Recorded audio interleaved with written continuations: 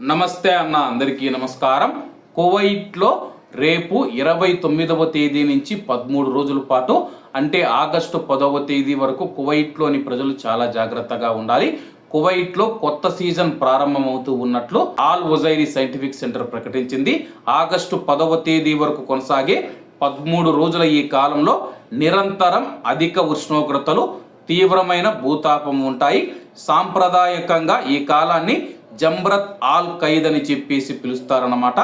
All ఉజైరీ scientific centre తెలిపిన వివరాల ప్రకారం కువైట్లో జూలై 29 బుధవారం నాటి నుంచి ఆల్ మార్జం కాలంలోకి కువైట్ ప్రవేశిస్తుందని చెప్పేసి, ఇది వేసవి కాలం యొక్క చివరి దశకు ముందు, అలాగే సంవత్సరంలో అత్యంత తీవ్రమైన వేడి ప్రారంభాన్ని సూచిస్తూ ఉంది.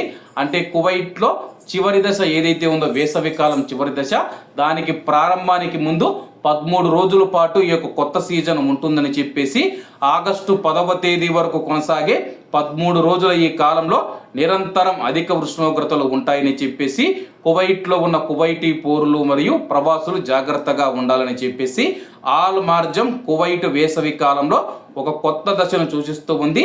దీని తర్వాత కులైబీన్ కాలం వస్తుంది. ఇది సాధారణంగా కువైట్ దేశవ్యాప్తంగా అధిక తేమ స్థాయిలను తీసుకువస్తుందని చెప్పి ఆల్ ఉజైరీ సైంటిఫిక్ సెంటర్ తెలిపింది.